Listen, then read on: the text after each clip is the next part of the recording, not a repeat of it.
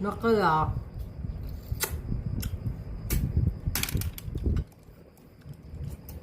nó cứ theo con to chọc ở nhau nhau ở đây dễ của con to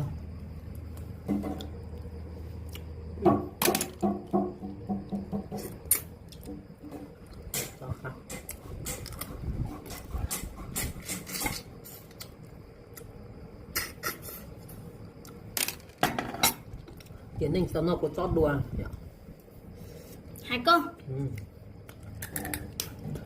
đây nó chót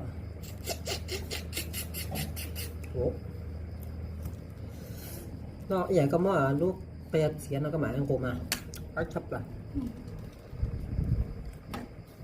từ mềm nó chỉ có cỡ nó cho cô lôi nhớ tổ lia bây giờ có thả cả để cho nó lôi có cho là hai mà tiếp bột khởi thôi chắc á nó cho mẹ kêu thì chỉ bột khởi nó cho lôi kêu thì chỉ cá nó cho từ cái hảo xeo ốc ăn ốc biển nhá ốc biển á ốc biển như này không có tiền không ốc biển làm gì có ngon đâu ốc biển chỉ trừ nhục rồi nó để chọc với nhau nó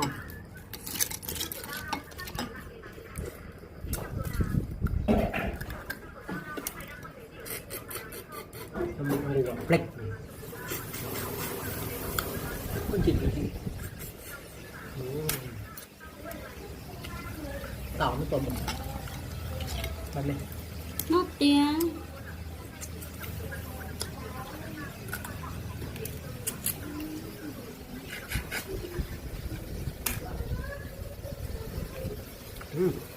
con này nó tiến linh mà ít lấy giả nó có giả không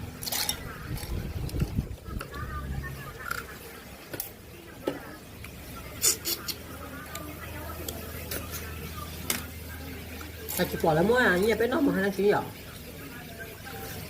biết uy chạy chỉ tao đăng ký đâu mà đưa mua cái phải đăng ký muốn đăng ký của lúc sau á là có chị đăng ký của luôn con đã hả liên hệ của tao bây giờ của tao của nó còn chiều cũng không được giá của tao cũng ở trong dưới thua có biết không tao đi chặt á tao cho nó chặt á nếu có cho tao cho cái gì mà có tiền này cho nó con giấy chỉ mà đúng là cái chuột nó đúng đúng từ nó có cá từ rửa tay nè đó đà mà nó còn rửa tay ít tao đà cũng lên hơn của à cái gì rửa tay kia kia của đến trong bên rửa hàng cao đà tôi phò bên nọ xong rồi rồi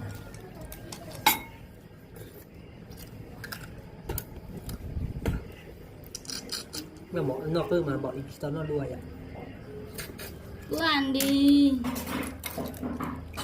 lâu lâu ăn một bữa chả thế cuộn chập lời cuộn chập cuộn dính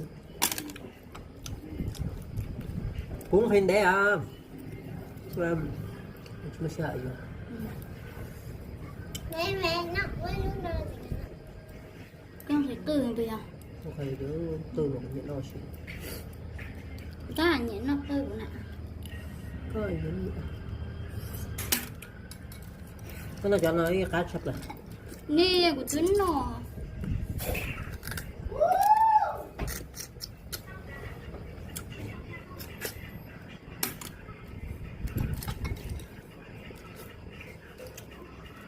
ngon lắm ngon ngon chứ bây giờ là cá điện cho tao nó cưng nhá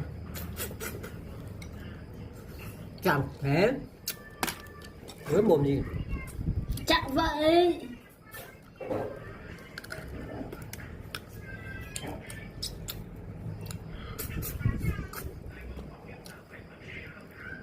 ăn đi cái gì lo lắm bị thương làm sao đâu mà giờ nó thấy rằng cô kỳ cân chứ luôn tiếp hết cá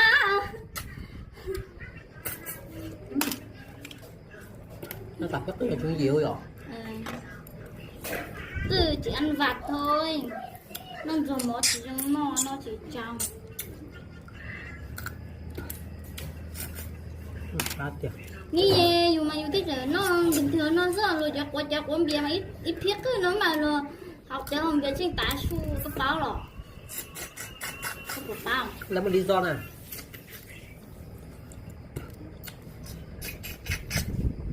Ngon không? Thục. Cái thấu nhớ phải chế mà sao nó không làm hú. Chỉ trong nó rồi. Trời dạ. Bé một số mà một số tao lúc cứ nâng rồi mà nỉ. Dạ. Bé một liên ta. Bạc à. Bé một liên một số tao cứ cho là hậu su mà nỉ. Cá tôi chỉ trong nó chỉ cho học qua. Cho con đã đi lo chỉ qua đặt thú nó hú. Nó có chậu kia thế này à? Ừ. Cho cứ đã lia à muốn một có mà qua đặt thú lô cũng phim phô đi. Sao cho không ăn là các bạn các cái. Ồ tao Rồi giờ ta hạ bút nó. rồi Nó đọc cái cọ mà nghỉ. rồi ăn thì ăn đi nắng chuyện. Phải chi tiêu không? Ngon không? Ngon chưa?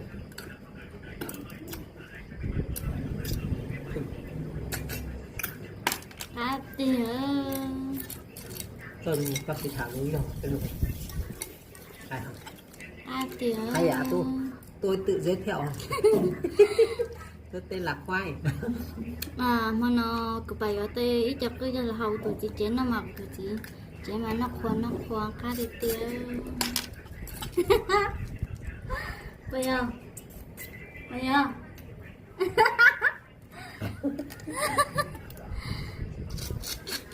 đàn đệ của chị ta có cười nữa nó Giờ mua để nha mà để gì?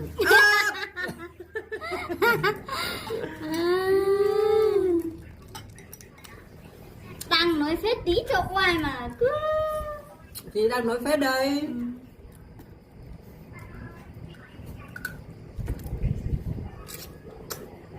Để nói phép thôi, mạng xã hội ông ta bây giờ. cứ mà cứ là mẹ chỉ mà cắt cua Nó cừ sao? Gục đuôi thì nó cừ sao? sao hãy đi mà cứ nó thường không nhỉ nó cứ mà có phải luôn Nó làm mất tôm à? Mất tôm à? Như người tàu luôn à? Xin chỉ đùa